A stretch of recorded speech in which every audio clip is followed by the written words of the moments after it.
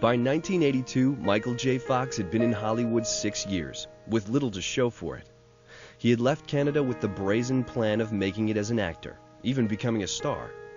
Instead, he was enduring the familiar actor's tale of rejection and poverty.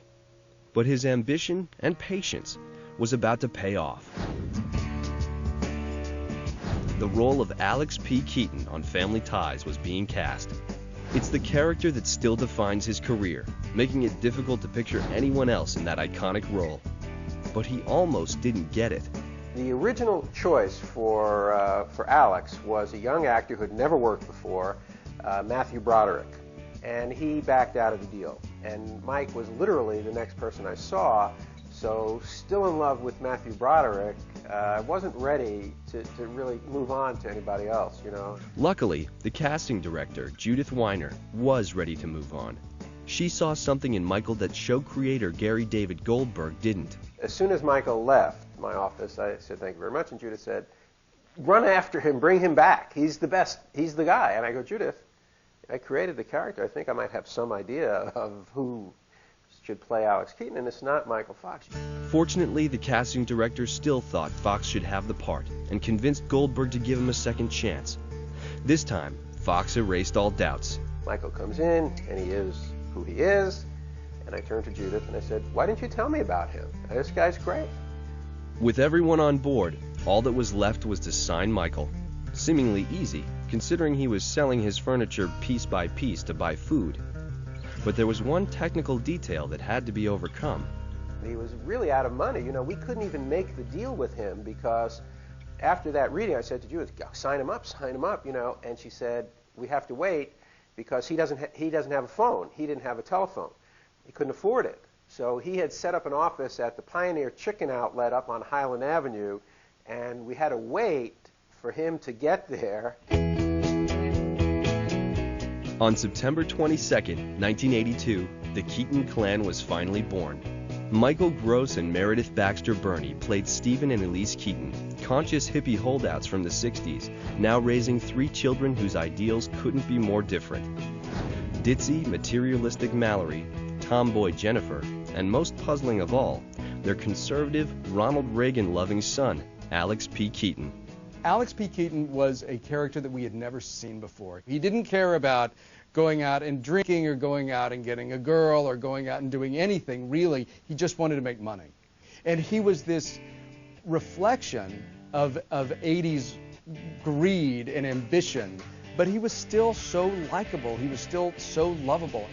He had this way of being arrogant, but it wasn't too arrogant. You knew Alex P. Keaton is like young genius, but you didn't hate him because he's funny with it.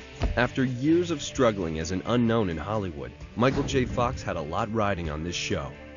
His father, Bill, wanted to make sure his son didn't blow his big chance. I remember Bill one time saying to me, "Is he causing you any trouble? Because I'll talk to him if he's causing you any trouble." I go, "Bill, he's fine." He goes, "No, really." He goes, "You gave him a job when no one." Bill, believe me, it's all good. You don't have to talk to him. You brought him up right. Not to worry. From the very beginning, the actors fell into an easy camaraderie, on the set and off. And sometimes those familial roles got blurred. Before Fox could afford a car, Meredith Baxter Birney, like a mom driving her teenage kid to school, used to pick him up in the morning. We'd go by, our call would be 10 o'clock. I'd drive by, pull into the alley behind his apartment and honk. My idea was the honk was to tell, "Come on out, I'm here." It turned out that I'd honk, there'd be a pause, and I'd hear the shower start. And so I'd say, all right. And then he'd run out and sort of fall into the car and then sort of dry off as we flew to Paramount. Despite a prime spot in the lineup, Family Ties wasn't an instant hit, not even finishing in the top 30 in the first year. But NBC liked it, largely in part to Michael J. Fox, and gave it time to grow. When I created Family Ties, Alex Keaton was not the primary focus of the show. The show was really based on the parents, but clearly, right from the beginning, what was interesting is, because we did the show live, audiences responded to Alex. They didn't know anything about him, really, but Michael would walk out, and unconsciously, you could see the audience lean forward. And then when he would walk off stage, they would go back. He kind of like stole the show, broke out like America's like, who's this Canadian? He's funny, he's smart, he's cool. By season 3, Family Ties was a bona fide hit, snagging more viewers than Dallas, Dynasty, and Miami Vice. And Fox was undoubtedly the star. I don't believe this. This is great. I feel 4 feet tall. I think they'd found in Michael the voice for the show, that here's someone we know to write for. I didn't think they knew how to write for me very well, and maybe not so well for Michael Gross. But the Alex character really emerged as the strong character with the quirks that, okay, they could write for him. There were many reports of tension on the Family Ties set, because originally it was the 2 adults on the show who were supposed to be the stars of the show, and then Alex Keaton became, not just the star of the show, but this American icon. Mike Fox always came with an honesty and a decency and a desire to be part of the team and play with everybody. In the early years of Family Ties, when there was some discomfort, that his star was ascending, he would always go out of his way to make it easier for Michael Gross and for Meredith, make them more comfortable. He never asserted his star position at all. This attitude wasn't surprising, considering that when Michael was little, everyone in the Fox household got VIP treatment, or no one did.